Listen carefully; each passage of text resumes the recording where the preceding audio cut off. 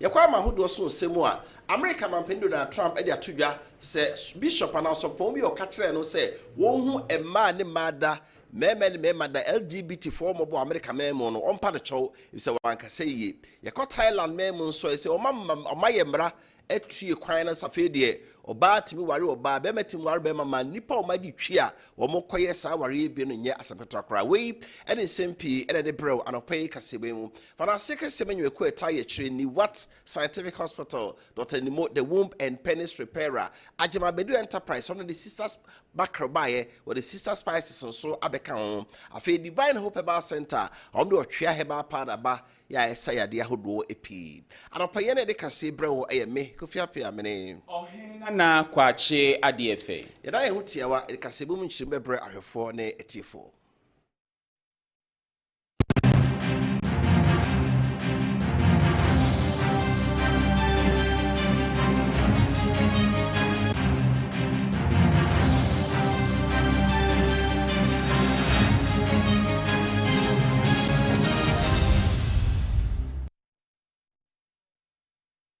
Yentie Kasebo no enchemu enura Ghana mampani John Dramani Mahama wakonsawe uframantemu yeto abama no wieye enano kwasiada no asante mantemu akwaside ye koso no oba menhia yemfie na enura kodu uframantemu no wodi kan ehia asofo mpanifo chief imam sene esomudo mu mpanifo ene omudi nkita ho wodi swade hu a owo ede ma uframantemu no mo na ne kase mo no ene odi tudwa se ho airport ehwiem shegina bia wo mahin kro ho no aban adwene ho se be pilot training center baby a wo mo a eka ewiem hyen e wo maimu no ye betete wo mo no matimi ahunu adwuma no aye ne yi ama ede nkoso enso abre oman na oto aso kan se na ban ya ban de sebe o maye mampani bi a obaye Nebukadnezar na obehome ehunu ade egu omanfo so obi wadwenkyere bi ye opeso kafa na ban ho enema ekoso ne bi a ogide se de aba na ye no enya a obema na oya akro kwan e se Ghana me opeso pejati si obi mu no obehia so obeje manfo nyina adwenkyere na kemam ka bi amamu de eyenhye pa si somuye ne de boa oman ya ebebo nti onde abaso obehye kemam kwa mamu kena na ma oman adehye nyina so etimi ede eso emfato na asofo mpanimfo ye ofra mantemu ya amokoche ya mampani semo a wode to omanim no bi enie. Domestic airlines. We built the whole airport with a lot of expectations that it will become a major commercial route for our domestic airlines. And indeed, one of the airlines started,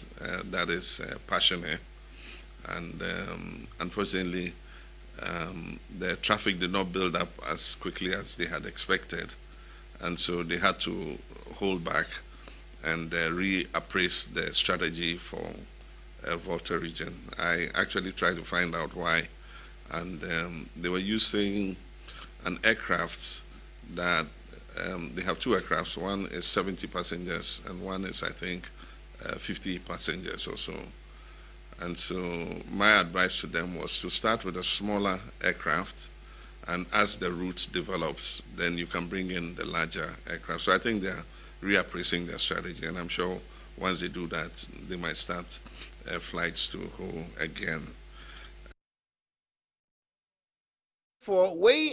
asofo poye o framanta mun kamunku omo ba mampani na asimom nya mampani no mum ena ko framanta o ba na ase be chia no be ma no trinkwa na Reverend said ke mauto ye adwumtani ma framanta mu Christian Ecumenical Council ne nkasa mu no no re etu dwa se omo hye mampani John Dramani ma amabo so omo ta na chi pampe omo ayesi kasemu a atopo bunu mu no beboa no se be ye obeyen hye pa Ghana fu nyina ye bedi eso emfaso. Congratulations on behalf of all the churches in the Volta region. We appreciate you, and it's our prayer that the good Lord will be with you and continue to be with you. We want to assure you that we are behind you. We are praying with you, and we are praying for you. And we know the challenges that you will be facing with a lot of things not in its proper state. but we believe that the God who has made you the president will be with you. And every problem, every challenge. Ani san ekasa edifa Ghana no bae bi obo ade de ya kyɛn ti se koko banchi ne niam ahodo ka wo so hwɛ mu a enam se nhyɛden tintin firi nwuma akɛse wɔ hanom tini yɛn hyɛden hu saa no bae ɛso mfasoɔ na wɔbɛ obɛhwɛ ama saa no bae ne nyinaa no yɛtimi tintin firi nwuma bɛboa am yɛkyi mu ama no bae na fe ne pɛ wo mu no yɛtimi yi no Ghana ha ne yɛtimi akora bi de akwanoma ne no aboa ama Ghana so nya so mfasoɔ ɛne sikapudo so de afiri mu. Volta region. A lot of people didn't know that the Volta region was a cocoa growing area. And indeed, cocoa production had slumped at the time we came into office at the time, myself and our late president of blessed memory, Professor Tamils. And one of the things we did was to try and increase cocoa production. So we set up seedling centers to give free seedlings to farmers who were willing to go into cocoa farming. And a lot of people took advantage of it. And so since then, cocoa production in Volta region has risen. It has the good atmosphere for growing cocoa because Volta region has fertile lands. Because there's no mining, the lands are not being destroyed, they are not being poisoned, the waters are clean and fresh. And so we'll continue to work on that to increase Volta's role in terms of cocoa production. And aside from that, there is also the potential of cassava. If we go to the Tongu area, they're producing a lot of cassava. And so how do we harness the cassava that's being produced to produce cassava starch, cassava flour, and all the other things, even gari, you know, so that we can provide food for our people. So these are all potential things that we're capable of doing. And as soon as we have the trade, we formed the Trade, Agribusiness and Industry Ministry. And so they'll be dealing with agribusiness and they'll work in sync with the Ministry of Agriculture so that we're not only concentrating on food production, but we're also concentrating on processing and market. Na yefriwa na yefie ni nkyere Ghana mrasabeja fie mu e nra mrasabeja fo kwa asetena no na manson kwanta mrasabeja ni ekofa ba ye se clean energy Africa na etete no se ka betu a na petrol ana diesel ne de agumu na ahwe enwusie ni tutu efiri mu ba so generator de efiri mu ba enya ase petrol akra eno nti abaya na montuo ne hye ya ode ba se ye nkosa akwan ne bio ne be sakremo no e wo se hwani tu ho anamon na semore tu dwai na mrashabeje ni ogina mamfo ye wo asante dwaben ronyanfo Francis Osu Echao ono so sorry ye no wode tu dwa sasam wone nua maso nkwanta mrashabeje ni eka no wode na eye adwen pa se baabi awiase aduro no ene car ebe nyina no ye mfa petrol na diesel ne gumu electric cars ye de battery na egu car no mu ya etimi ko baabi a eba anwusie bia ni akire na kofa yade abre nipa na Ghana memo no situ sa na ma no beboa yen de be ma Ghana yedi so mfaso ne se lithium asase wo ajapade bi a boroboro de ache yen ebi wo Ghana ha ye asase tu lithium no a mfaso obenya free so se lithium no eno ne de car battery eno nti ebe ma ba bi ese electric cars a ebe de nyina no yenya sa gudie nim ne asase tu a yebenya so mfaso na enigi sema wo mu ne se Ronyanfo Francis so chan eche se utu lithium no na wo de ye car battery wi a ade ba ko onye free mo no eno de solar panels ye de to enchances so na awia ba etimi kire awia na hoden ma yenya solar energy obra yenkoto petrol da diesel ana yemfa electricity emfiri isi wonye adwuma eno nso nti ogidi ye se we ya na montu pa ye wo se wota kire ma Ghana ban so etimi tuo na yedi so fa so say era okay. I'd like to associate myself with my colleague statement made on clean energy. And I want to take one aspect of it, which we are so lucky in Ghana, we also have some. Mr. Speaker, you can't talk about clean energy without mentioning lithium. Lithium has been found in Ghana in commercial quantities under the previous government, which now we want this government also to continue for them also to be able to mine. Mr. Speaker, lithium has a lot of benefits, which will yield to the clean energy. Mr. Speaker, in mining lithium, one byproduct of a lithium is garnet, which we use to do solar panels. So, Mr. Speaker, if the country takes it very serious and we help the company also to mine, we are going to have those benefits. We can have these battery cells are also made from this lithium. And by that, we can achieve our part concerning the clean energy. And and on for France, who switch out says, say, Makubia, or when you are Brebagan, so metu lithium, Sasa Simo Goody Amayeno, Yenta watch now for France from an air bar, Yemuano Mosumra, if you say lithium, no, and you fako Ghana, and me who will be brave, you are Santa Mantem, Western North, a Tiffy Mantem, Munina, Ibio, I face a Ghana for so, Jetaway and Sem. My sweet me rasa de to be a yes so when you ask it never saw a bit through Ghana no or may you nana a bit so ever so. Investment for our countrymen and women who are also eager to invest in the lithium aspects. So, Mr. Speaker, I would therefore urge the House also to help so that this government also will grant or maybe give away for the company to mine. And again, it is not that place alone. There are some others scattered in this country, which we have some in the north, Ashanti, Western North, and then the central region. So, Mr. Speaker, I think that if we continue to encourage some other companies and then some other individuals in Ghana can also invest there, and for us to achieve the clean energy as we all required to have.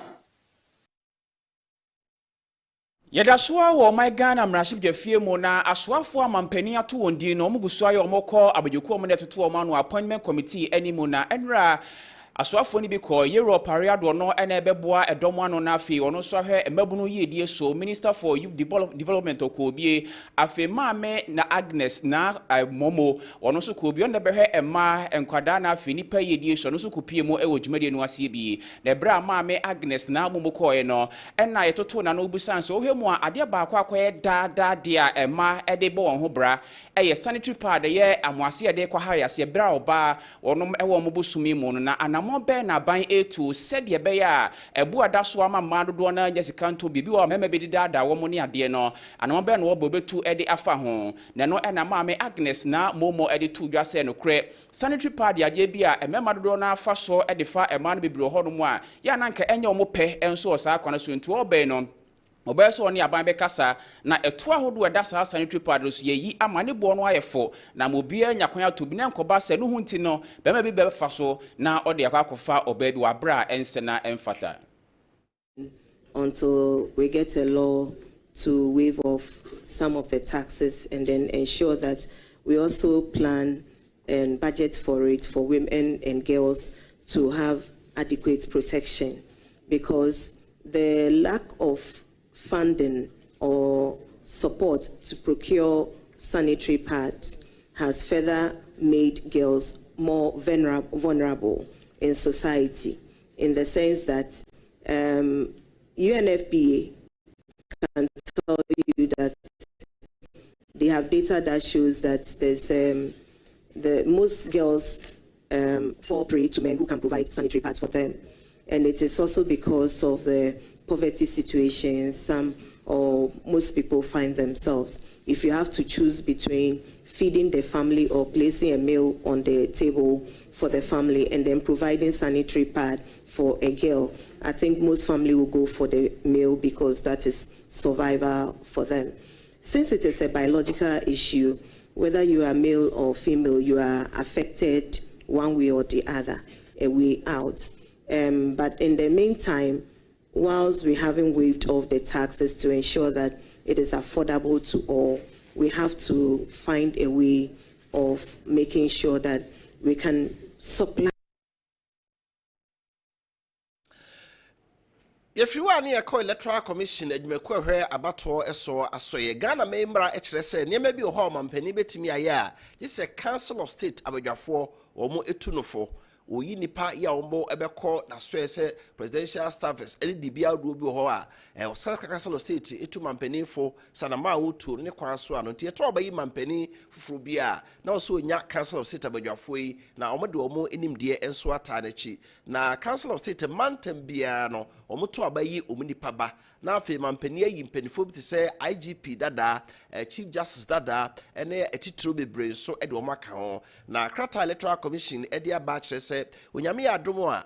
na wotwi we ya ekọ na we ohwe kwan se mantam a wo Ghana memo no omu nyina benyem kwan na omo asase ato omo aba na wo de yi abadwafo a omo beboa na wo beka wo mu a ometu mampanimfo ama ne dwuma wo de nyina so atimi edimu na Krata Electoral Commission edi abenmu no woche Ghana me amemra Constitution article 89 clause 2 eno ene kire se wo se mampani wotu saa anamon eno nti ise ya omo edi aba ene se mantamo Ghana memu nyina no February ojefo bosome no da etoso edu baako ene wo hwe kwan se mantam bia hinkromo no penifo no behwe na mo ato aba na wayi ni powder no beba na mo free sabria ede ekro free fiada ebei nyame ado a ebrade di enimu yi ebrade di enimu yi 28 January akoka ni fiada so 31 January no wo anso pese ugina na wo so pre-council state abato ebi no mode yakọ na kofa on krata ne bre no so a wo so watimi atobi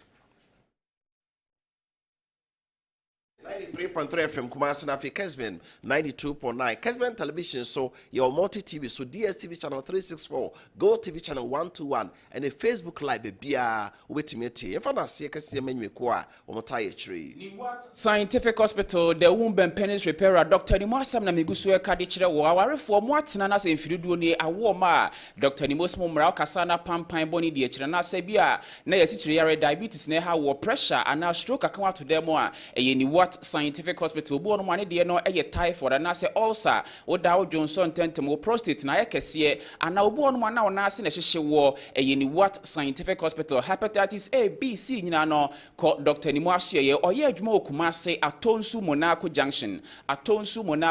ni Adansura Bank die nimhwe enkranso owo ma 7 na Chimota ma 7 ben Janet Corner Dino freno Juada Kusidame Minda ewo 0244 0876 87024 0876 87 Ajiman Bedu Enterprise that is Sister Spices aba ye de froye ne nkwan o pese oduane eye depa no mafo bo nu tontonton a eye Sister Spices e na wo hia ma hodo miensa ye wo chicken flavor no hwante se akoko gold flavor hwante se aponchi na fe beef flavor no so no hwante se na ntwina pepepe edwa bia be obi abowura mu na bodin se o pe Sister Spices ni bi won sabeka Kumasi a adum pampa so amejomba tmadwon Roman Hill Kate Dubai ho nyina kwa won sabeka bi wo ho enkran so CMB no kan hye makola jomba bia be rabia no wo se wo pe Sister Spices ni bi na won sabeka ginamba na fragment be dudu bia wo pe bia wo no de be ba besomo number ni 0243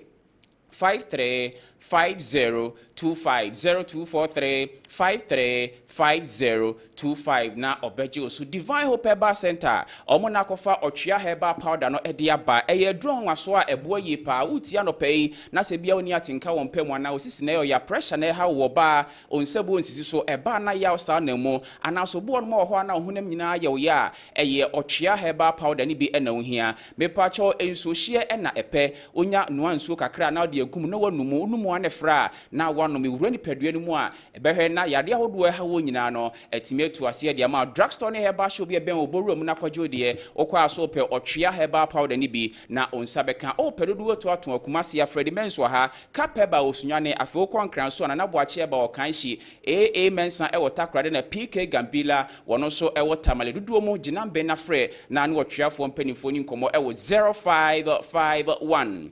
228281 0551 228281 ye gina so na ya dan ho aba eba ye de amono ne nsem so ebeto amoso.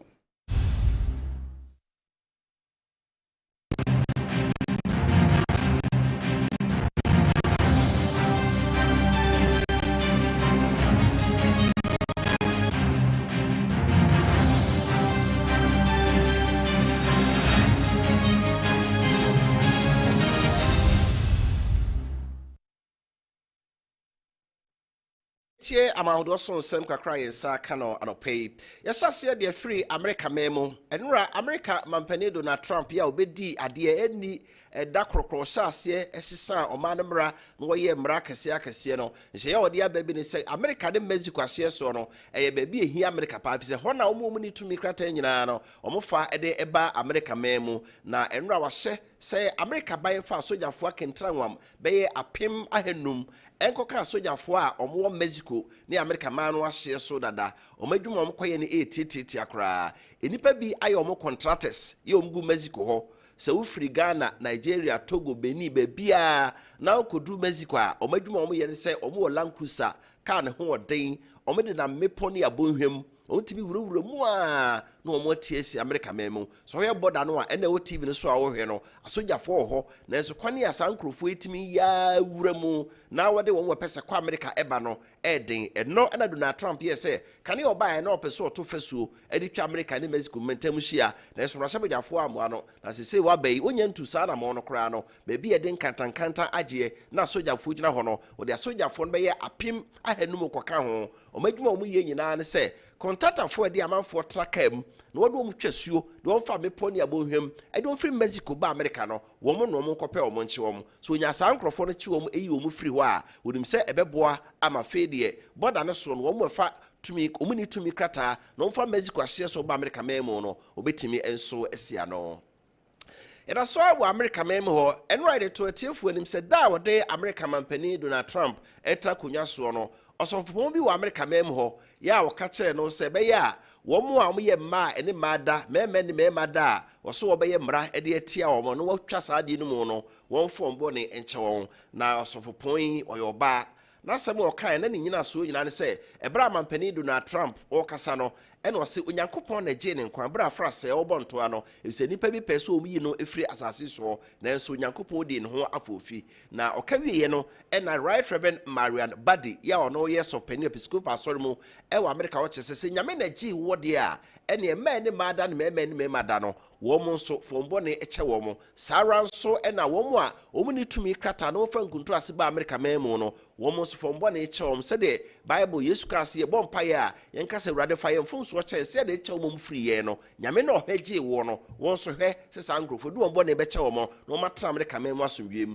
we ena nura Donald Trump mu ya kum o se tikwa perform hene ne he se wo so fo pon mu a wo begina wo ka kire de se won fa sankrofo no bo ne nche Bible mu fa hen ena Yakobon share so oba nware oba na be ma nso nware be ma se ne twa konkon na o kan no wo da to Right Reverend Marian Badi anim se so kan Bible yi a ko me ka sa ase no nche no nti asem o kan no so pon ya nka ne yi no na atam so o me pa ne chew if you say kwani of the fans so say da e den tra be nwa so na wo ka sa ase mesi sa ne ma boni ya no kwan so pon betimi aka sa ase mi so a kire no se Donald Trump ni abre so ma nware ma nware mema e wa America memo ene yenko Thailand memo so e enura Thailand man omo ayemra bi dada free twemu no se de odwa peno de fufu bo to oba so oba ware oba bema so oba ware bema yenya wo mo na omo nye de omo epe na omo ye mra na marashedwafo gitu ma free twemu no e ma ohim poporo ye wo Thailand memo de ne sasase na enura e na fe de mra na di mu ye omo sase ade adwuma sa fe de ye bie kwan na to so opese wo yonko ba oba wo ne ware na mokokọ ye nkrata nyina mokọ regisa ware ro se de awarefo ye no a obi abetimi akọ na nura no wo bie kwan se matimi ware ma mema timi ware mema no tefo nyasem ketwa enipa nura nko ano womkọ ye sa same sex marriage bi no enya grokra wo na wo he e wo TV no so na de awra ho ne se wo so yo ba eso ko ware yonko ba na wo ye ho be ma wade no mu wase coat e de mo se ma mienu atade di wo mo home TV so no ba ko yo ba ko ye omienu nya ma na so ba ko asiesie no se be ma wo na ye kunu e wa ade no mu e na de wo asiesie no so ba no eye eyere na enipa a mo ko nra na kire no penifo ma no mu chese nipa de o mu di aba so o mo nso e ma pese o ware ma mema pese ware mema nya grafi wo mo nso a o mo si nyame bo o mo hu o mu nipadua mu so o mo ye ma e na o mo ba mema no o mo ko ye operation transgender na ya dane wo mo amo mo nso aye ma se de o mo pe ama wo ho nso atimi ato wiase kwa wi ya se the Bible kan no be bia e be kora nso no ye fi woni ye fi ni kire Israel ene Palestinian frontam ntokwa enura Israel fo se o maye o makode afri Gaza mpapra so de nanso West Bank and omdo mani akyere na Israel fo ani abre etusa West Bank kro ye de jeni so ma atopa ye a wakoto no ho no enipa be yedu na wakum wo mo ma afoforo bebre nso aprepra ewo mu Israel fo ekyere se sesei wo mo hwese de enema ekoso ho no a Palestinian fo titu Gaza mpapra so Hamas Islamic Jihad fo a omudwane akono no bebre no ano eho na omode wo ani enso akyere enu sabre wo tu wo so sa ho na wabra mo asesebe ye a omo nkwaji hini ho se de Gaza mpapra so no omoji hini na obetore Israel fo so no sa wokọ Gaza mpapra so a sei abusu ahodo afi no manya kwan eba fie no obi aba na okọ he ba bi a na ote na awrahosam se bi wa wo de hie bi adan dwirigu no so ema owuye wobehwa na wayi na taade na che nipa no ahyefo mo apro penifo ehwe Gaza mpapre so no abamane se nipa be ya hanu na adan ya Israel foto atopaye egu so se no wetim na twe wo afiri asase na ase na nipa be boro empim du de Tokoye chire omo ayira ya tese dan na dwura gonso a se o mapro ebe ye den se nipa yi obehu omo bo uniform a na ohwe na busuafo a na ono omo te wo ya omo nyina ayira dan dwura gonso no ye nti omo anyim wo mo ene apɛ omo ekrabre wei ayara osem kase e de ama Palestiniafo a omo san ekɔ wo mo enchi Yekowie amahodo so nsem no ewo German ememu German man mpanifo abamane nra se abrantie bi atwe sikamoa ama wode awo enipa mienu ekunwo mo ama oprepra foforo so aka ho panifo de asema man bo etudwa ekere se asemi si o German memu fa baabi a efre no Bavaria na panifo no kere se hwimu omo aye ekere se abrantie okodi boni ofiri oma bi so ena obaye so obedi eduru waye dom e wone mamuntie mpa baabi manentra na enso obaye no onsanya kan tumi krata be ma no kwan mu otimi atra German memu se no ho obufuo nti no de kodi sa abone yo se ye ompanifo o man mu no omugusu a omoye mu nhwemu we enso nti German mampani anase chancellor ura Olaf Scholz enra wone mpanifo o man mu no omo edi nkomo se omo no skonye nhwemu no hunu abrante ni nchi na timi aboa mo hu se wono nko a no ye sa abone ana ofra ekuo bi mu a omaye omadwen se ombedi sa abone de tia omanfo no na se aposifo akobia no a omguso ye nhwemu sabe betimi aboa wo mo na omo ahunu nipa kora odi sa abone nhwemu omo kire se nkora na nipa okum wo mo ba ko ye gidagatin akora keto akora ya kire se awudie no ama wotfo ne abatan ene omoma ekosku a na ehubua atowo so Wei ene yejira so ne de adopai no sia kasebo a ye de bro Kessben television so usati enka wa Kessben 93.3FM Kumasi na fi Kessben 92.9 so no esi ye de kase bre wo eye me kofi apia mene ohene nana kwache adefe Eda mo nyina se amammo ne tie ye sori so kwame apia kube Mr Speaker wa ye krado wode ma chedwadi ebre wo enkran Kessben 92.9 afi Kessben television Kumasi KO de betre dwemra Kessben 93.3 so ye de ma chedwadi so atoam so yakramo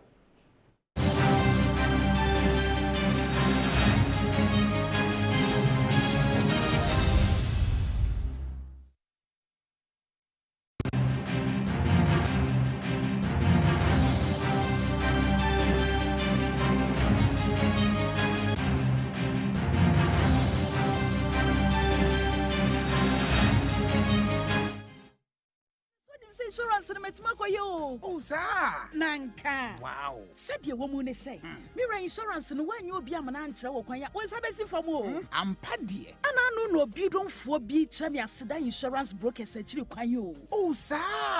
Hey, omo ye brokers nti. So obi bu fa so ye omo customer nkwan no obi bu fa so. Fa ho nkratasem nyina abre omo. Claims ye begini nyina ma wo. Omo sane insurance companies pi na ye adwuma. Efisa omo ye brokers. Aseda insurance brokers ekira kwan fa de wasa wo yom sikatue bie ne mu fa wo nkratasem e fa wo claims ho nyina fa ko mu omo de hia de se wo ye omo customer efi omo ye life and non life policy e be a universal life policy education and pension providers motor fire theft any comprehensive ayi yo won seseye ni akwansia nyina mu Eh na sensia no agi o mato musa no na no nko na omo ye wasayo bid bond performance any advanced mobilization bond any awodo pi mira that's ramete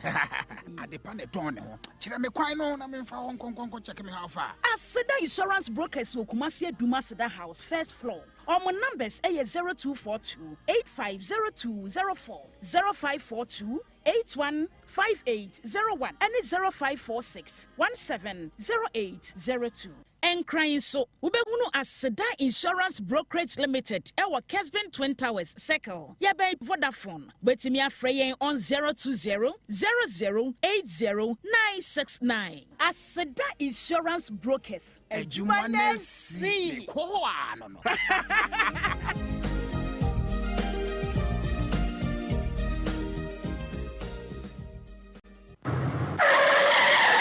Hey boy, another